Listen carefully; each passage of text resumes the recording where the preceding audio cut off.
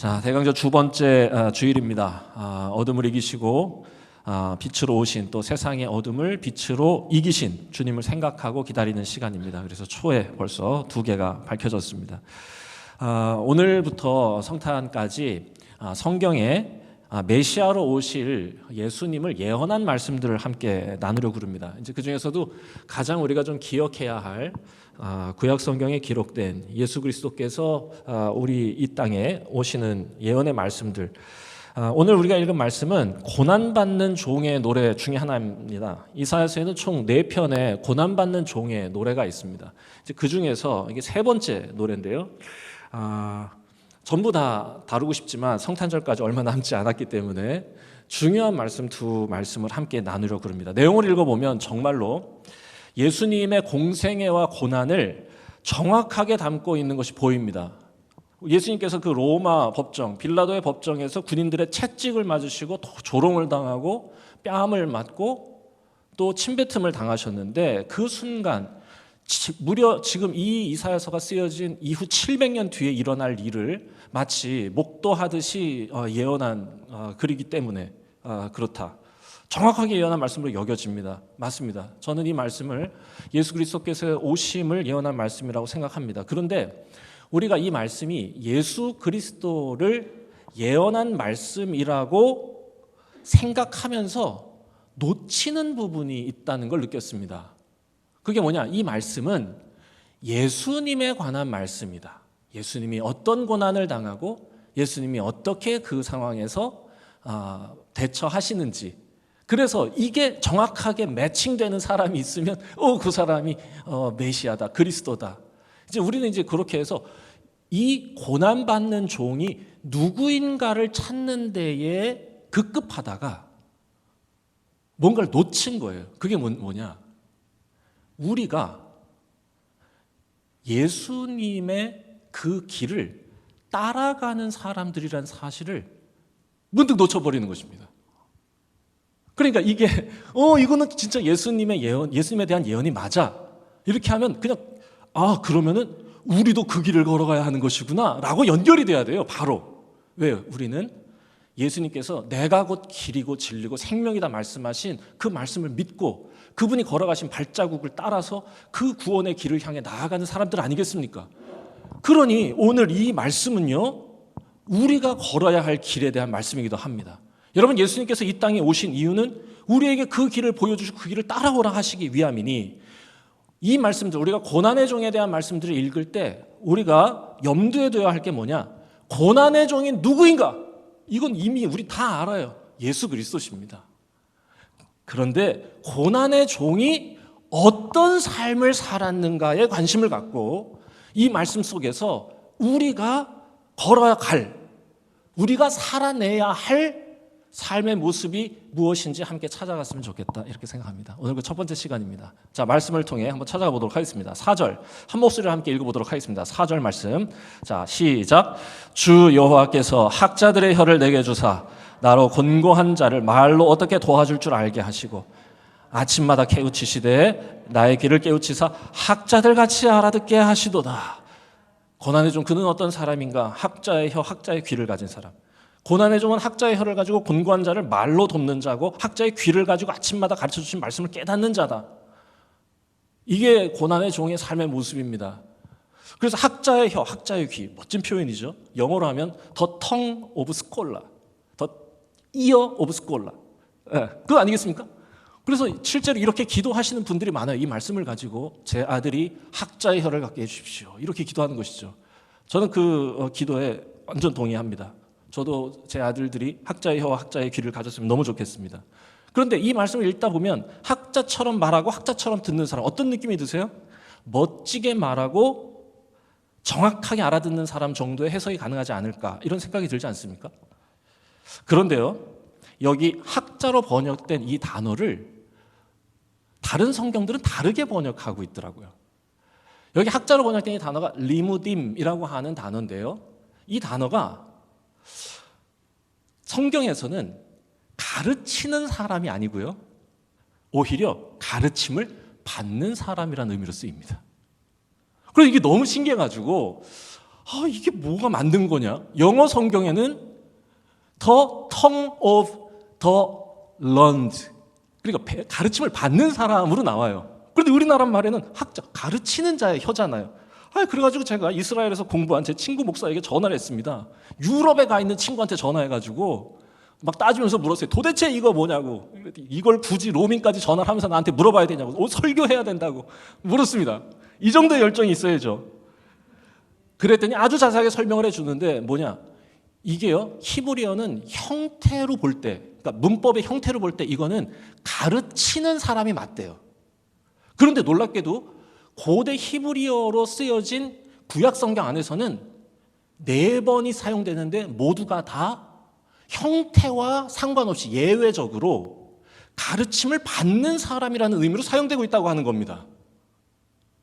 그러니까 두 해석이 가능은 하지만 성경의 용례로 볼 때 가르침을 받는 사람이 더 가깝다고 할 수 있지 않을까? 실제로 다른 영어 성경을 다 찾아보면 다 가르침을 받는 사람으로 번역하고 있습니다. 하나님의 종은 어떤 사람인가? 배우는 사람입니다. 공부하는 사람. 성경에 종이라고 하는 단어는 에베드라고 하거든요. 그렇다면 굳이 좀 근사하게 말을 하라 그러면 에베드, 우린 다 에베드니까, 하나님의 종이니까요. 에베드는 모두 리무딤이어야 합니다. 가르침을 받는 사람. 자, 우리가 다 가르침을 받는 사람이라면 하나님으로부터 가르침을 받는 사람들이죠. 자, 그러면 우리가 가르침을 받는 목적이 무엇인지도 항상 알아야 됩니다. 지식을 넓히기 위함인가? 아니요. 오늘 말씀에 정확하게 되어 있어요. 4절, 학자의 혀를 내게 주사 나로 곤고한 자를 말로 어떻게 도와줄 줄을 알게 하셨다. 하나님이 나를 알려주셔서 내가 가르침을 받은 자의 입을 가지고 겸손히 사람들을 일깨우게 하셨다. 곤고한 자를 위로해주고 연약한 자를 깨우쳐주는 게 우리가 할 일입니다.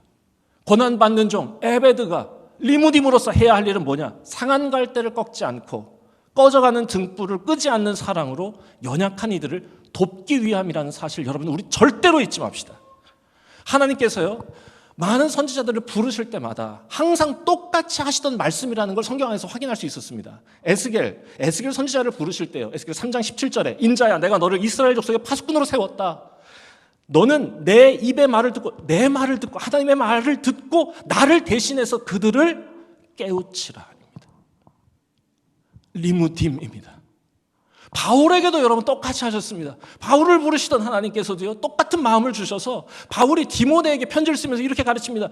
네가 이것으로 형제를 깨우치면 그리스도 예수의 좋은 일꾼이 되어서 믿음의 말씀과 내가 따르는 좋은 교훈으로 양육을 받을 거다. 여러분, 성도는요, 다시 말하면 듣고 말하는 사람, 듣고 깨달아 말로 깨우치는 사람이 성도이고 고난받는 종이다. 실제로 우리 예수 그리스도께서 이 땅에 오셔서 그렇게 하셨고요, 예수 그리스도를 따르는 우리가 가야 할 길도 마찬가지입니다. 듣고 깨달아 말로 깨우치는 사람. 마태복음 10장 19절에서 20절, 지난 토요일 어제 우리 손으로 묵상 본문 말씀이었습니다. 얼마나 감사하던지요. 설교 말씀을 준비하는데 이 말씀이 생각이 났어요. 너희를 넘겨줄 때에 어떻게 또는 무엇을 말할까 염려하지 마라. 왜? 아버지께서 알려주시니까. 그때에 우리 아버지께서 너희에게 할 말을 주실 거니까 말하는 일은 너희가 아니라 너희 속에서 말씀하시느니 곧 아버지의 성령이시라. 우리가 어떤 자라는 겁니까? 리무딤이다 이겁니다. 듣고 말하는 자입니다. 그러니까 여러분, 학자의 혀라고 하는 건 달변가의 입을 주십시오, 멋지게 말하는 사람이 되게 해주십시오가 아니라 가르침을 받는 하나님께 겸손한 그 말을 주십시오. 감정에 휘둘려서 감정이 원하는 말을 하는 사람이 아니라 내 안에 계신 하나님의 영이 말씀하시는 것을 말하는 사람이 되게 해주십시오. 여러분, 이렇게 말하는 사람이 어떻게 독하게 말할 수 있겠습니까? 이 마음을 갖고 하나님 앞에 겸손히 듣는 자가, 듣는 자의 혀를 가진 자가 어떻게 교만하게 말할 수 있겠어요? 배우는 자의 혀는요, 겸손합니다. 내가 뭔가 안답시고 가르치려는 자의 혀는 교만할 수 있지만 주님께 배우고 주님의 주신 마음으로 말하는 것이니 그건 내게 아니잖아요. 그 마음으로 말하면 겸손하게 말하지 않겠어요? 또 그 말을 하는 게 나도 온전치 못하니까 같이 힘쓰자고 함께 기도하자고 서로 말하지 않겠습니까? 이것이 예수 그리스도께서 이 땅에 오셔서 나와 같이 가자고 나와 같이 멍에를 매자고 하시던 그 말씀을 생각나게 하는 부분입니다. 우리도 마찬가지 아니겠습니까? 우리가 함께 아름다운 신앙의 공동체를 일구고 세워가고 있다면 우리가 서로에게 할 말은 한 수 가르쳐주는 훈계나 빡지름이 아니라 같이 가자고 손잡고 이렇게 해주는 것 아니겠나? 여러분, 그런 의미에서 저는 성도는 항상 배우는 사람이어야 되고 공부하는 사람이어야 한다 생각합니다. 오늘 말씀해 보니까 아침마다 깨우쳐 주신다. 아침마다 공부하는 사람이고요. 이게 아침마다라는 게 꼭 물리적인 아침만 얘기하겠습니까? 항상 공부하는 사람, 말씀을 묵상하고 손에서 책을 놓지 않는 사람이어야 한다.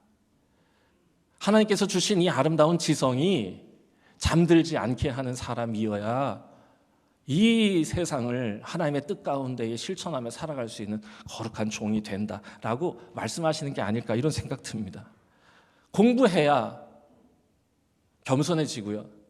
겸손해야 연약한 자를 위로하고 그들을 하나님의 뜻으로 도울 수 있다 생각합니다. 저는 목사로 지금 안수 받은 지 2006년에 안수를 받았으니까요. 올해로 몇 년째인가요? 잘 모르겠습니다만. 네. 신학교에 들어온 지는 꼭 30년이 됐습니다. 솔직히 신학교에 처음에 입학할 때 저는 목사로 산다는 게 뭔지를 모르고 들어왔습니다. 아버지께서 권하셔서 들어갔으니까요. 우리 네 가족이 다 동문이 되자고 그러셔가지고 아버지, 어머니, 형, 저 다 감리교 신학대학교 동문인 거 아시죠?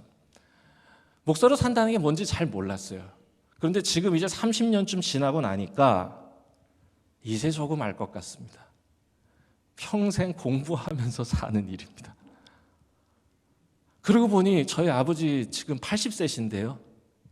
아직도 집에 가면 항상 책상 앞에서 뭘 적고 계세요.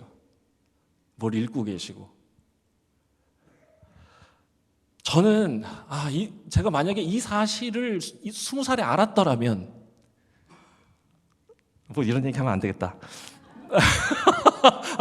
뭐가 달라졌겠습니까? 하나님의 인도하심 따라서 목사가 됐겠지. 근데 저 기본적으로 저를 좀 아시는 분들이라면 저 사람 공부하기 되게 싫어하는 사람인데 아실 거예요. 저는 공부하기가 너무 싫은 사람이거든요. 그래서 제 친구들이 저를 뽀로로라고 부릅니다. 노는 게 제일 좋아. 그래서 공부하기가 너무 힘든 사람인데 그런데 목회자로 살려고 하니까 공부를 놓을 수는 없어가지고 방법을 찾은 겁니다. 저도 어떻게든 이 맡겨주신 사명을 감당해야겠어서 제가 찾은 방법은 뭐냐? 안 할 수는 없으니 공부를 안 하고는 못 빼기는 장치를 몇 가지 마련해 놨습니다. 평생 공부해야 하기 때문에 제 친구, 아까 전화했던 유럽에 가 있다는 제 그 친구, 한국에 사는 친구인데 잠깐 유럽 갔다 온 거예요. 그 친구와 비블리아라고 하는 방송을 시작하자고 했습니다. 그래서 매주 그 친구 만나서 구약 성경 공부합니다.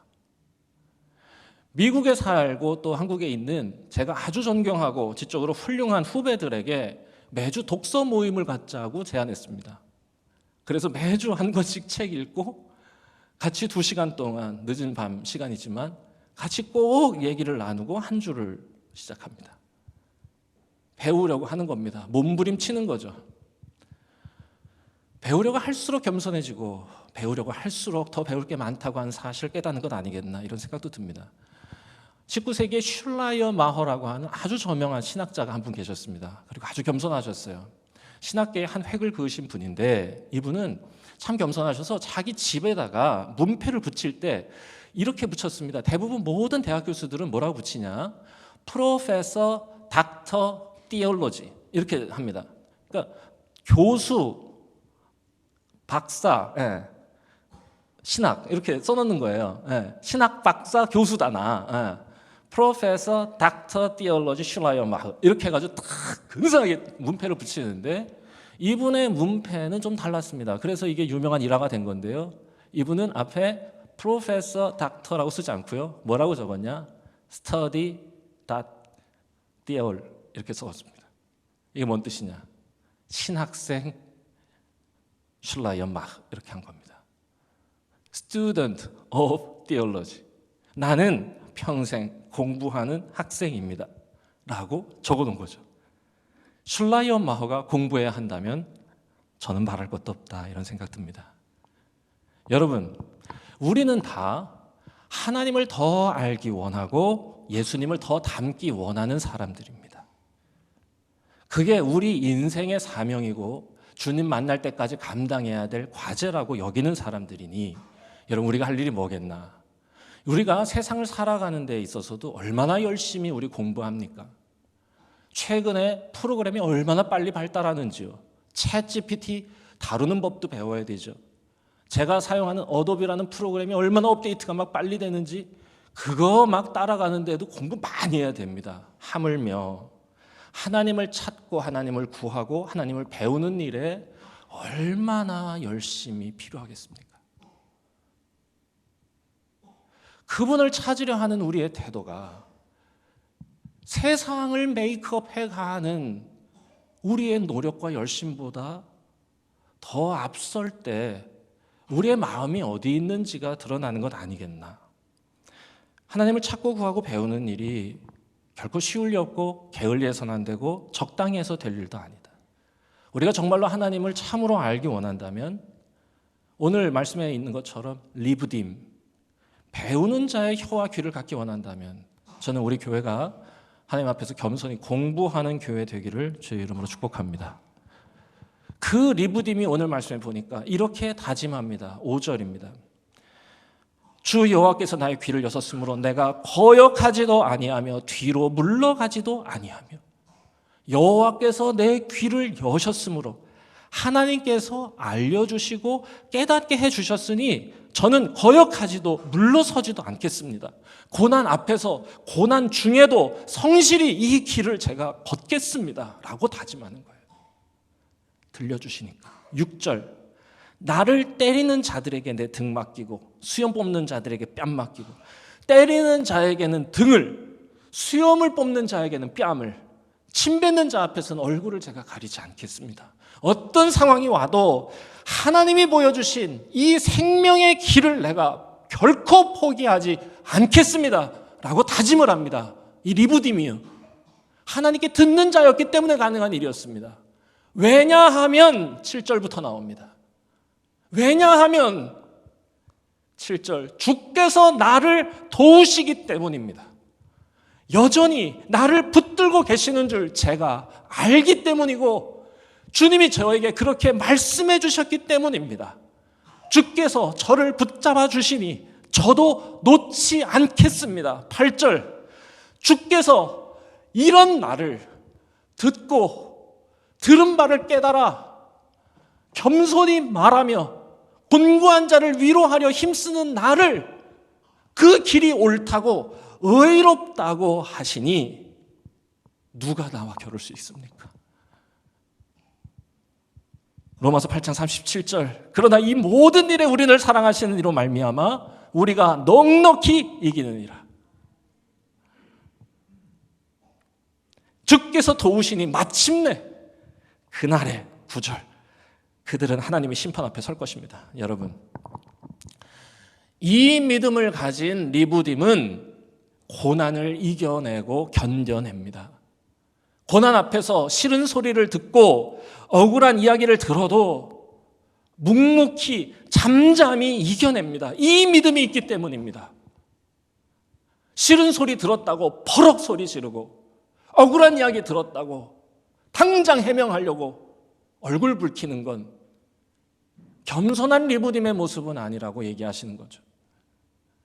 그리고 예수님은 정말로 이 예언대로 빌라도의 법정에서 고난의 잔을 묵묵히 받으셨습니다. 침뱉음을 당하셔도 아무 말도 안 하셨습니다. 왜? 이 믿음이 있었기 때문입니다. 나에게 맡겨주신 일은 하나님께서 나에게 들려주신 그 말씀을 듣고 깨달아 연약한 자의 곤고함을 위로하고 그들을 인도하는 길이라고, 그들을 구원하는 길이라고 맡겨주셨기 때문에 이 믿음이 있으니 묵묵히 이겨내실 수 있었어요. 아버지께서 나를 도우시고 나를 의롭다 하심을 알았기 때문이다. 맞습니다.